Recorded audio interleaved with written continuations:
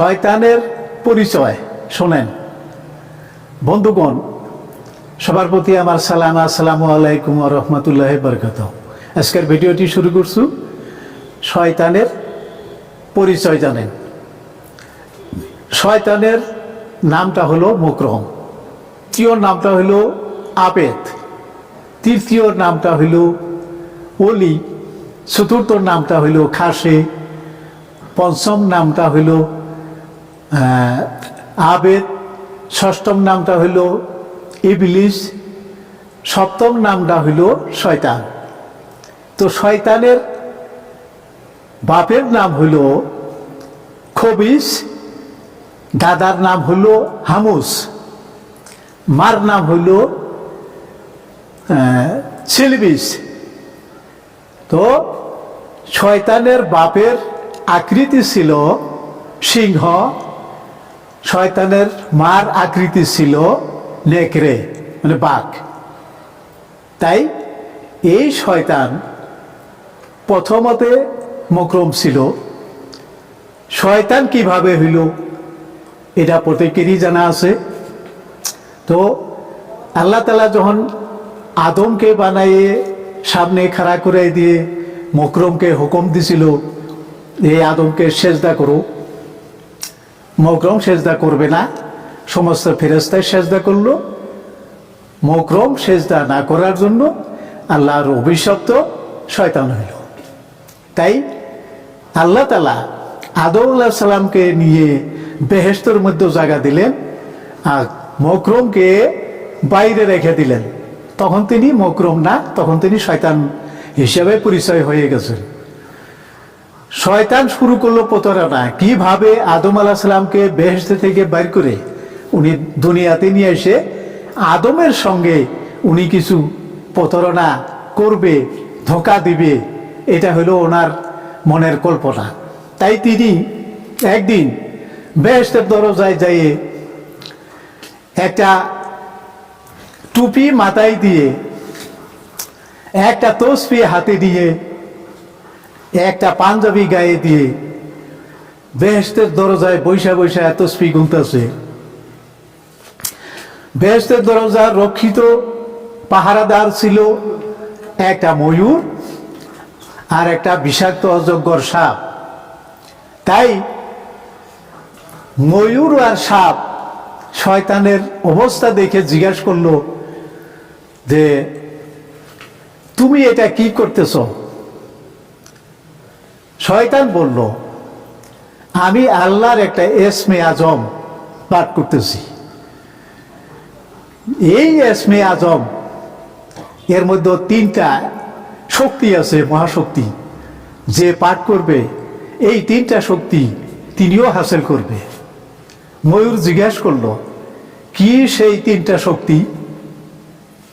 শয়তান উত্তর দিল একটা শক্তি হইল এই আজম যে পাঠ করবে তার জীবনে মৃত্যু হবে না। দ্বিতীয় শক্তি হইল এই আজম যে পাঠ করবে সারা পৃথিবীর সমস্ত খবর সে জানতে পারবে। তৃতীয় শক্তি হইল যে তোমরা যে বেহেশতের দ্বারে পাহারা দিচ্ছ সারা বেহেশতের খবর তো জানো না? বলে না, জানি না। তাহলে এই আসম যখন তুমি শিখবা তখন তুমি সারা বেহেশতের খবর নিতে পারবা।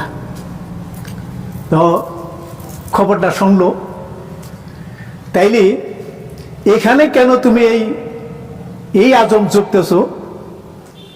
ময়ূরকে বলল যে আমার একটা উদ্দেশ্য আছে। উদ্দেশ্যটা হলো আমি একটু বেহেশতের ভিতরে যাইয়া সামান্য একবার দর্শন করব বেহেশতটা, এটাই আমার মনে আশা আছে। আর এই জন্যই আমি বেহেশতের দরজায় এই এসমটা পাঠ করতেছি। ময়ূর বলল যে এই বেহেশতের দরজার মধ্যে একটা বিষাক্ত অজগর সাপ আছে, তার অনুমতি ছাড়া আমি তো কিছুই বলতে পারবো না। তো বললো যে তাহলে তুমি ওই সাপকে অল্প জিজ্ঞাসা করো আমাকে যাইতে দেয় নাকি। ময়ূর যায় সাপকে জিজ্ঞাসা করলো এই যে মহাবুজুর্গ একজন মানুষ, ইনি একটা আজম জানে, এই আজমটা যদি আমাদের কেউ শিখাবার চাইতেছে, আমরা যদি এই আজমটা শিখতে পারি, তাহলে এই সমস্ত বেহেশতের খবর নিতে পারবো। সারা জীবনে আমরা আর মরবো না, অমর হয়ে থাকবো। সারা পৃথিবীর সমস্ত খবর আমরা নিতে পারবো। সাপে বলল, তাহলে ওনাকে নিয়ে আসতে বলো। ময়ূরে যায় শয়তানকে ডাকলো, নিয়ে আসলো বুগলে। শয়তান কইল যে আমাকে একটু নিয়ে বেহেশতের ওই পারে একটু নামাইয়া দাও, তারপরে আমি তোমাদেরকে এই এসমটা ওখানে যাইয়া শিখাইয়া দিতেছি। তখন সাপে বলল যে আল্লাহর নিষেধ আছে বেহেশতের মধ্যে দুনিয়ার কোনো মানুষ বা কোনো জীব জানোয়ার বেহেশতের মধ্যে প্রবেশ করা, এইটা নিষেধ করে দিয়েছে, আমি তো পারি না। শয়তান বলল, আমি এই ইসমটা তোমাকেই আগে শিখাবো, তুমি দয়া করে তোমার মুখের মধ্যে নিয়ে আমাকে ওই পারে একটু ছেড়ে দাও, আমি খালি দেখবো আর চলে আসবো, তোমার কোনো দোষই হবে না, কেউ জানবে না। ঠিক আছে, তাইলে তুমি আমার মুখের মধ্যে আসো। সাপ মুখটা মেলে দিল, শয়তান যায় সাপের মুখের মধ্যে উঠলে, শয়তানকে নিয়ে সাপ বেহেশতের মধ্যে যায় মুখ মেলে দিল। শয়তান মুখে থেকে বের হয়ে বেহেশতের মধ্যে যায়। সর্বপ্রথম লক্ষ্য করলো সেই গন্ধমের গাছ কোথায়, সেদিকে যাইয়া ওই গাছের কিনারায় যাইয়া শয়তান খুব খুশি হয়ে গেল, গাছের সঙ্গে মিশা গেল। তখন ময়ূর আর সাপে বলতেছে যে আমাদেরকে যে এই আজম শিখাবে, এই এসমে আজম নাম শিখাবে, সে কোথায় গেল? আর তো দেখি না, আমাদেরকে তো শিখাইল না। সাপে বলতেছে ঠিক তো, ফাঁকি দিয়ে গেল, এই নাকি শয়তান হব, এই যে ধোকা দিতে জানে। শয়তানকে আর বিশ্রে পাইল না। এইবার শয়তান ওনার নিজের কাজ শুরু করে দিল।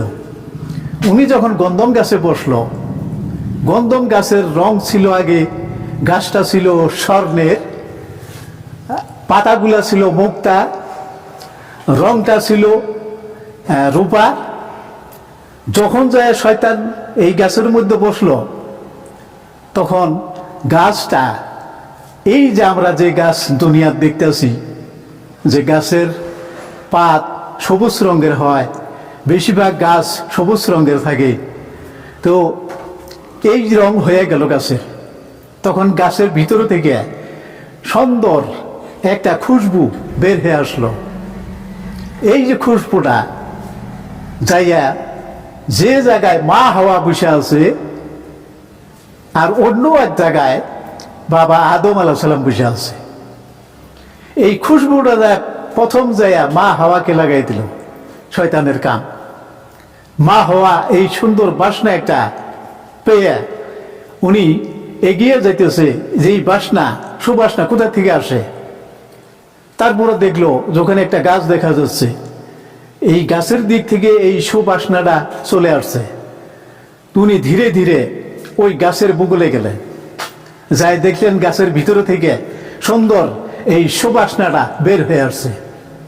তখন উনি গাছের দিকে হাত বাড়াইয়া দিল, গাছের সৌন্দর্য আরো বেড়ে গেল, খুশবুটা আরো বেড়ে গেল। তখন ওখানে দেখতেছে তিনটি ফল, সুন্দর রং দেখা যাচ্ছে। এই ফল দেখে ওনার অন্তরে আর ধৈর্য মানতেছে না, যে এই ফল কত সুন্দর বাসনা, এইটা খাইলে বা আরো কত সুস্বাদ হবে। ফলে কইতেছে, যদি তুমি বাসনা দেখেই যত মগ্ন হয়ে গেলা, তুমি আমাকে খেয়ে দেখো, আরো কত স্বাদ। পৃথিবীর বুকে এত সুস্বাদের বস্তু আর তুমি জীবনে খাও নাই, তাই একবার খেয়ে দেখো। তখন উনি একটা ফল ছিঁড়ে খেয়ে নিলেন। খাওয়ার পরে সুবাসনাটা আরো বেড়ে গেল। দ্বিতীয়বার আর একটা ফল ছিঁড়ে উনি খেয়ে নিলেন। দুইটা ফল খাওয়ার পরে ওনার সৌন্দর্য, শরীরের রূপ চেহারা সমস্ত কিছু বেড়ে গেল। আর একটা ফল রয়ে গেছিল, এইটা ছিঁড়ে নিয়ে বাবা আদম আলাইহিস সালামের কাছে নিয়ে উপস্থিত হইলেন। বাবা আদম স্বর্ণের চেয়ারে, স্বর্ণের পোশাক পরে, স্বর্ণের মুকুট মাথায় দিয়ে বসে আছেন বেহেশত খেলায়। তো যখন এই গন্ধমের বাসনা পাইল বাবা আদম, তখন বাবা আদম পিছের দিক ঘুরে দেখলো মা হওয়া পিছনে খাড়াই রয়েছে, তার শরীরে পোশাক নাই, স্বর্ণের পোশাক একটাও নাই, উলঙ্গ হয়ে গেছে। জিজ্ঞেস করলো তোমার এই অবস্থা কেন? বলে আমি যে ওই গন্ধম গাছের ফল খেয়েছি। তাই নাকি?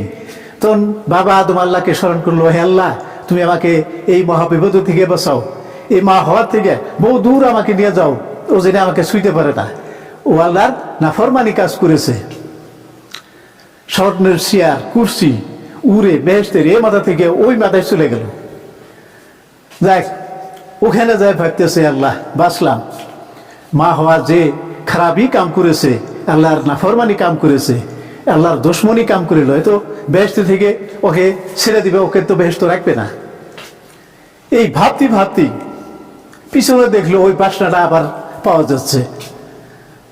তো ঘুরে দেখলো মা হওয়া পিছনে দাঁড়িয়ে রয়েছে। জিজ্ঞেস করলো তুমি এখানে কেমন করে আসলা? বলে আমি যে ফলটা খেয়েছি এই ফলের একটা মহাশক্তি আছে, এই শক্তিতে আমি তোমার পিছনে পিছনে এখানে এসে পড়ছি, তাই তোমাকে অনুরোধ করছি একটা ফল আছে তুমি খেয়ে নাও, খেয়ে দেখো এই ফলটাতে কত সুস্বাদ, খাইলে একবার বুঝবা যে আমি বেহেশতের মধ্যে কি খাইলাম এটা। তো এইভাবে 3 বার যখন ওনাকে কাকুতি মিনতি অনুরোধ করে, 3 বার করার পরে আদম আলাইহিস সালাম ওই ফলটা নিয়ে খেয়ে নিলেন। ফলটা খাওয়ার সঙ্গে সঙ্গেই ওনার শরীরে এমন একটা গতিবিধি এসে গেল, ওনার শরীরে বেহেশতের সোনার যে সমস্ত পোশাক ছিল সমস্ত পোশাক পরে গেল, মাথার থেকে রাজমুকুট পরে গেল, স্বর্ণের চেয়ার চলে গেল। বাবা আদম আলাইহিস সালাম বেহেশতের মধ্যে উলঙ্গ হয়ে গেলেন। মা হাওয়া তো একটু আগেই উলঙ্গ হয়ে গেছে। তখন আল্লাহ তাআলা হুকুম দিল, যে জিবরাইল এদেরকে বেহেশত থেকে বহিষ্কার করো, নামায় দাও বেহেশত থেকে, এরা নাফরমানি কাজ করেছে। তখন আল্লাহর হুকুমে এই 5 জনকেই বেহেশত থেকে বহিষ্কার করে দেওয়া হইল, কাকুর আগা হইল না। তাই বন্ধুগণ, এই যে শয়তান প্রতারণা করলো প্রথম, তাইলে শয়তান এই প্রতারণা পৃথিবীতে সমস্ত মানুষই উনি প্রতারণা করবে, মাত্র নবী করিম সাল্লাল্লাহু আলাইহি সাল্লামকে উনি ধোঁকা দিতে পারে নাই, ওনার সাথে এই প্রতারণা করতে পারে নাই। তাই কোনো মানুষকেই, কোনো মুন্সি আলেম ফকির বাদশাহ কাউকেই শয়তান রেহাই করবে না, সবাইকে এই ধোঁকা দিবে, সবাইকে ওয়াসওয়াসা দিবে। তাই বন্ধুগণ, যদি শয়তানের এই ধোঁকাবাজি থেকে আপনি বাঁচতে চান, আপনি রেহাই পেতে চান, তাহলে চলে আসুন আমাদের তরিকার মাঝে একটা মহাশক্তি, একটা তওবা আছে। এই তওবাটা যদি আপনি একবার পাঠ করতে পারেন, জীবনের তরে শয়তান আর আপনার কাছে আসবে না, শয়তান আপনাকে দেখে ভয় করবে।